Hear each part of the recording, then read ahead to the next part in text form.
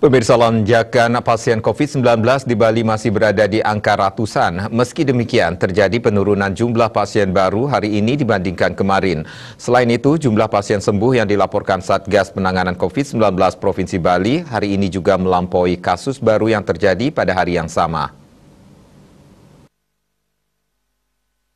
Dari data yang dirilis hari ini, sebanyak 205 pasien yang dilaporkan terpapar virus corona hari ini. Berdasarkan sumber penularannya, sebanyak 193 merupakan transmisi lokal, serta sisanya 13 orang berasal dari PPDN dan 2 orang PPLN. Dari sebaran daerahnya, Denpasar dan Badung melaporkan pasien tertinggi dengan jumlah 65 dan 50 orang.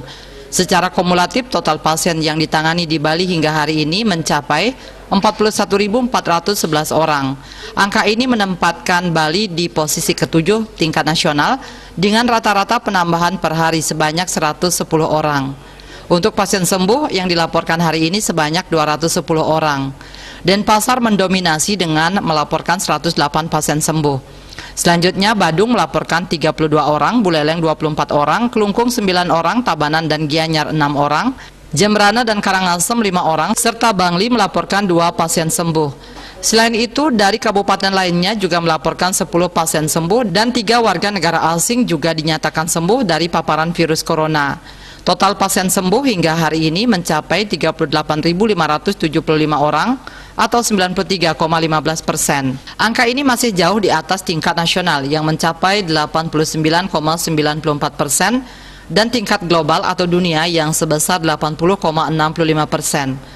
Berbeda dengan kasus kematian akibat COVID-19 yang dilaporkan hari ini, justru meningkat tajam menjadi 10 orang dari 2 kasus yang dilaporkan kemarin.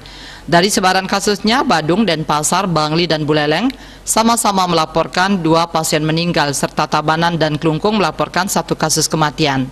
Total pasien meninggal saat ini menjadi 1.190 orang atau 2,87%.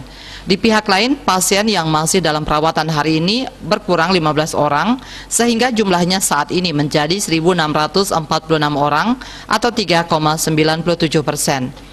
Vaksinasi massal yang saat ini masih berlangsung diharapkan mampu menekan penyebaran COVID-19.